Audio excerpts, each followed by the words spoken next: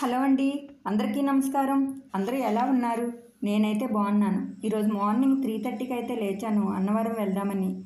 చూసారు ఎంత చీకటిగా ఉందో. లేచిన తర్వాత ఇల్లంతా క్లీన్ చేసుకొని పూజ అయితే చేసుకున్నాను.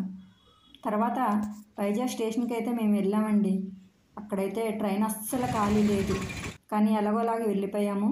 అక్కడ అన్నవరం వెళ్ళిన తర్వాత అక్కడైతే కొంచెం వర్షం అయితే పడింది. పిల్లలకి ఆకలని జ్యూస్ అయితే ఇప్పించామండి. చూసారా, చిన్న గ్లాస్ 50 రూపీస్ అంట. నేనైతే షాక్ అయ్యాను, కానీ పిల్లలు ఆకలితో ఉండలేరు కదా అనేసి మేమైతే జ్యూస్ అయితే ఇప్పించాము. దర్శనం అయ్యాక ఇక్కడ అన్న సమారాధనకి అయితే వెళ్ళామండి. చాలా అంటే అరిటాకులో భోజనం పెట్టారు. చాలా అంటే చాలా బాగుందండి. కొబ్బరికాయ పచ్చడి, పప్పు ఆనపకాయ కూర, క్యాబేజీ కూర, పులిహోర, వేడివేడి అన్నం, సాంబార్ అండి. చాలా అంటే చాలా బాగుందండి సాంబార్ అయితే. ఇక్కడ ఎంతమంది భోంచేశారో కామెంట్ చేయండి. ఎంతమందికి నచ్చిందో కూడా కామెంట్ చేయండి. తర్వాత ఇంటికైతే వచ్చేసి ఇక్కడ మా పక్కన ఉన్న వాళ్ళందరికీ అయితే మేమైతే ప్రసాదం అయితే పంచుకున్నామండి. ఇక్కడ ఏ గుడికి వెళ్ళినా, ఎక్కడికి వెళ్ళినా, ఏం తెచ్చుకున్నా మేము పక్క వాళ్ళందరికీ షేర్ చేసుకోవడం మాకు చాలా అలవాటండి. అలాగే వాళ్ళు కూడా తెచ్చిన అందరికీ షేర్ చేస్తుంటారండి.